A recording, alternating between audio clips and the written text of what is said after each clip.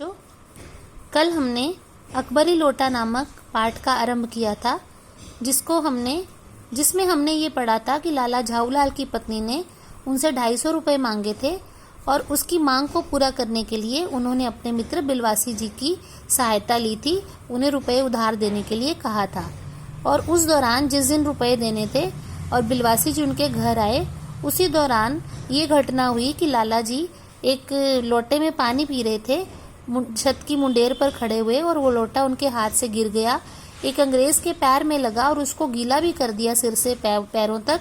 और वो अंग्रेज जब चिल्लाता हुआ अंदर आया तो बिलवासी जी ने किस प्रकार लाला झाऊलाल की जान बचाने के लिए उस लोटे के बारे में एक झूठी कहानी घड़ी। अब उसी बात को हम आगे बढ़ाते हुए आगे का पठन कार्य करते हैं। इस विवरण को सुनते सुनते, विवरण यानी एक्सप्लेनेशन, इस विवरण को सुनते सुनते साहब की आंखों पर लोभ और आश्चर्य का ऐसा प्रभाव पड़ा कि वह कौड़ी के आकार से बढ़कर पकौड़ी के आकार की हो गई, यानी फटी रह गई आंखें उस लोटे की कहानी सुनकर। जब उन्हें ये पता चला, जैसा कि बिलवासी जी ने बताया था, कि ये तो अकबर के जमाने का लोटा है और बहुत कीमती लोटा है। उसने बिलवासी जी से पूछा, तो आप इस लोटे का क्या करिएगा? मुझे पुरानी और ऐतिहासिक चीजों का संग्रह करने का शौक है। संग्रह करना यानी एकत्र करना। मुझे भी पुरानी और ऐतिहासिक चीजों के संग्रह करने का शौक है। जिस समय ये लोटा मेरे ऊपर गिरा था, उस समय मैं यही कर रहा था। उस दुकान से पीतल की कुछ पुरानी मूर्तियां खरीद रहा था। अब ये बात अंग्रेज ने बिलवासी जी को बताई। जो कुछ हो, लोटा तो मैं ही खरीदूंगा। वाह, आप कैसे खरीदेंगे? मैं खरीदूंगा, ये मेरा हक है। अंग्रेज ने कहा। हक है? जरूर हक है। ये बताइए कि इस लोटे के पानी से आपने स्नान किया या मैंने? आपने। वह आपके पैरों पर गिरा या मेरे? आपके। अंगूठा उसने आपका भुरता किया या मेरा? भुरता करना यानी कुचल देना। आपका। इसलिए उसे खरीदने का हक भी मेरा है। ये सब बकवास है। दाम लगाइए, जो अधिक दे वह ले जाए। यही सही। आप इसका 50 रुपया लगा रहे हैं तो मैं 100 देता हूँ। मैं 150 देता हूँ। अजी मैं 200 देता हूँ। अजी मैं 250 देता हूँ। ये कहकर बिलवासी जी ने 250 के नोट लाला झाऊलाल के आगे फेंक दिए। अब साहब को भी ताव आ गया। ताव मतलब गुस्सा आ गया। उसने कहा, आप 250 देते हैं तो मैं 500 देता हूँ। अब चलिए। अब बिलवासी जी अफसोस के साथ अपने रुपए उठाने लगे, मानो अपनी आशाओं की लाश उठा रहे हों। यानी जैसे उनकी बात खत्म हो गई, उनकी बात की कोई कीमत नहीं रही, क्योंकि अंग्रेज ने 500 रुपए फेंक दिए। ये सब नाटक कर रहे हैं वो। साहब की ओर देखकर उन्होंने कहा, लोटा आपका हुआ, ले जाइए। मेरे पास तो 250 से अधिक है नहीं। ये सुनना था कि साहब के चेहरे पर प्रसन्नता की कूंची गिर गई।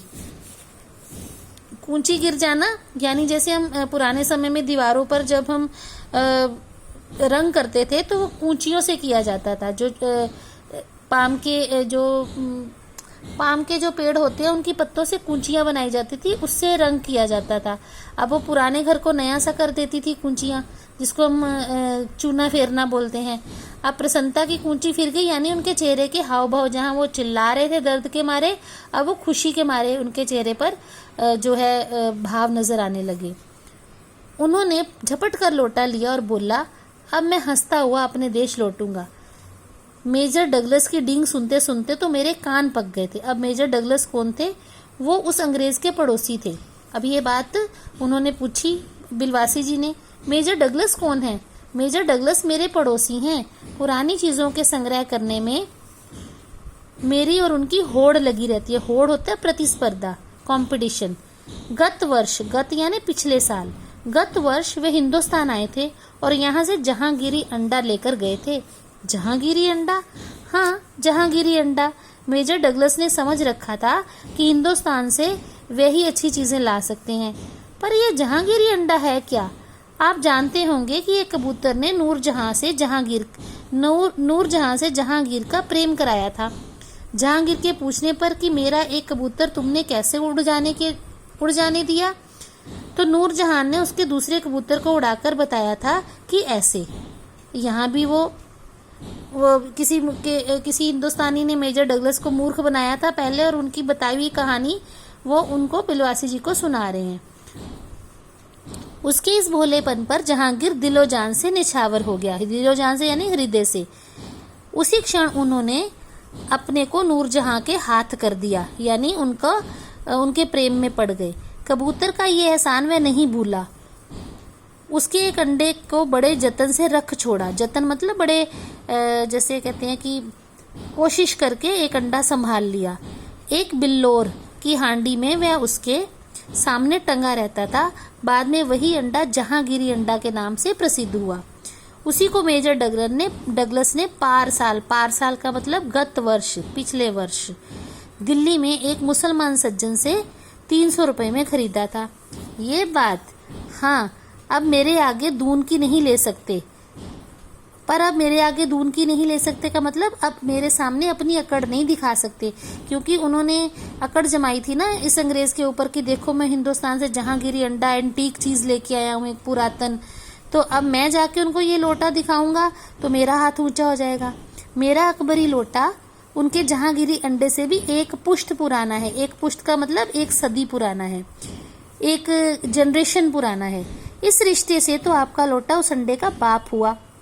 अब क्योंकि जहांगीर के पिता थे अकबर और अंडा जहांगीरी था, तो यानी पुत्र के विरासत का था और लोटा जो था बाप की विरासत का था।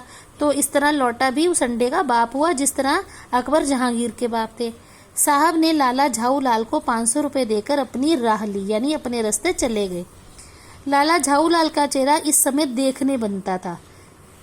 जान पड़ता था कि मुंह पर 6 दिन की बड़ी हुई दाढ़ी का एक एक बाल मारे प्रसन्नता के लहरा रहा है। अर्थ ये कि लाला झाऊ लाल जी भी बहुत खुश हो गए, क्योंकि उन्हें उस बेढंगे लोटे से उनकी जान भी छूटी थी और इतने पैसे भी मिल गए थे। उन्होंने पूछा, बिलवासी जी, मेरे लिए 250 रुपया घर से लेकर आए थे, पर आपके पास तो थे नहीं। इस भेद का मेरे सिवाय मेरा ईश्वर ही जानता है। आप उसी से पूछ लेना, पूछ लीजिए, मैं नहीं बताऊंगा। पर आप चले कहाँ? अभी मुझे आपसे काम है 2 घंटे तक। 2 घंटे तक? हाँ, और क्या। अभी मैं आपकी पीठ ठोक कर शाबाशी दूंगा, 1 घंटा इसमें लगेगा। फिर गले लगाकर धन्यवाद दूंगा, 1 घंटा इसमें भी लग जाएगा। अच्छा, पहले 500 रुपए गिनकर सहेज लीजिए। रुपया अगर अपना हो तो उसे सहेजना एक ऐसा सुखद मनमोहक कार्य होता है कि मनुष्य उस समय सहज ही तन्मयता प्राप्त कर लेता है। तन्मयता यानी लग्न से। पैसे गिनने का काम कोई भी व्यक्ति बड़ी लग्न से करता है, अगर पैसे उसके अपने हों।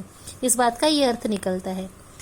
लाला झाऊ लाल ने अपने कार्यों को समाप्त करके ऊपर देखा, पर बिलवासी जी इस बीच अंतर्धान हो गए, यानी वहां से 9-11 हो गए। उस दिन रात्रि में बिलवासी जी को देर तक नींद नहीं आई। अब बिलवासी जी वो रुपए कहाँ से लाए थे? वे चादर लपेटे चारपाई पर पड़े रहे। 1 बजे वह उठे। धीरे, बहुत धीरे अपनी सोई हुई पत्नी के गले से उन्होंने सोने की वह सिकड़ी निकाली। सिकड़ी यानी गले में पहना जाने वाला गहना, चेन या हार वगैरह। सिकड़ी निकाली जिसमें एक ताली बोलते हैं चाबी को, ताले की ताली होती है, यानी चाबी होती है। ताली बंधी हुई थी। फिर उस कमरे में आकर उन्होंने उस ताली से संदूक खोला। उसमें से 250 के नोट ज्यों के त्यों रखकर उन्होंने उसे बंद कर दिया, यानी ये पैसे लाला झाऊ लाल जी अपनी पत्नी के संदूक से चोरी करके लाए थे। फिर वे दबे पांव लौटकर ताली को उन्होंने पूर्ववत यानी पहले की तरह अपनी पत्नी के गले में डाल दिया। इसके बाद उन्होंने हंसकर अंगड़ाई ली। दूसरे दिन सुबह 8 बजे तक चैन की नींद सोए। तो इस पाठ के जरिए लेखक ने हमें ये बताया है कि किसी भी विकट स्थिति से निपटने के लिए अगर हम कोई उपाय करते हैं या अपना दिमाग का इस्तेमाल करते हैं तो हम उस स्थिति से बाहर निकल सकते हैं। और यही बात बिलवासी जी ने प्रमाणित भी कर दी थी। तो दोनों काम हो गए थे। अपने मित्र की इज्जत भी बचा ली, लोटे से उनकी जान भी छुड़वा दी और पत्नी को देने के लिए 250 रुपयों का इंतजाम भी कर दिया। तो ये बच्चों कहानी आपको कैसी लगी? उम्मीद है बहुत अच्छी लगी होगी और आपको पढ़ने में मजा भी आया होगा। अब हम इसके प्रश्न उत्तर करेंगे। धन्यवाद।